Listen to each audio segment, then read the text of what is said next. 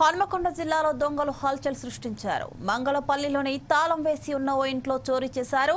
భారీగా బంగారం, వెండి, నగదు ఎత్తుకెళ్లారు. గ్రామానికి చెందిన కుమారస్వామి అనే రైతు కుటుంబం వ్యవసాయ పనుల నిమిత్తం ఇంటికి తాళం వేసి కుటుంబంతో సహా పొలం పనులకు వెళ్లారు. కాసేపు తర్వాత వచ్చి చూసేసరికి ఇంటి తలుపులు తెరిచి ఉండి బీరువాలోని బట్టలు చిందరవందరగా పడివేసి ఉన్నాయి. బాయికాడికి వెళ్ళిన పొలం కాడికి భార్యను మా బిడ్డ వచ్చింది. టిఫిన్ తీసుకొని వచ్చింది.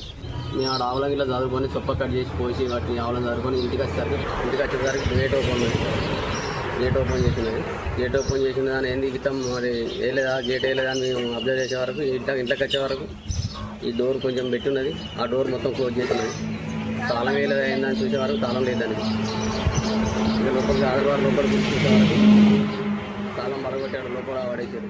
బీరువా అక్కడ పోయేసరికి బీరువా మొత్తం ఓపెన్ చేసిన దాన్ని బలగొట్టారు. బీరువా బలగొట్టారు. ఓపెన్ చేసినది.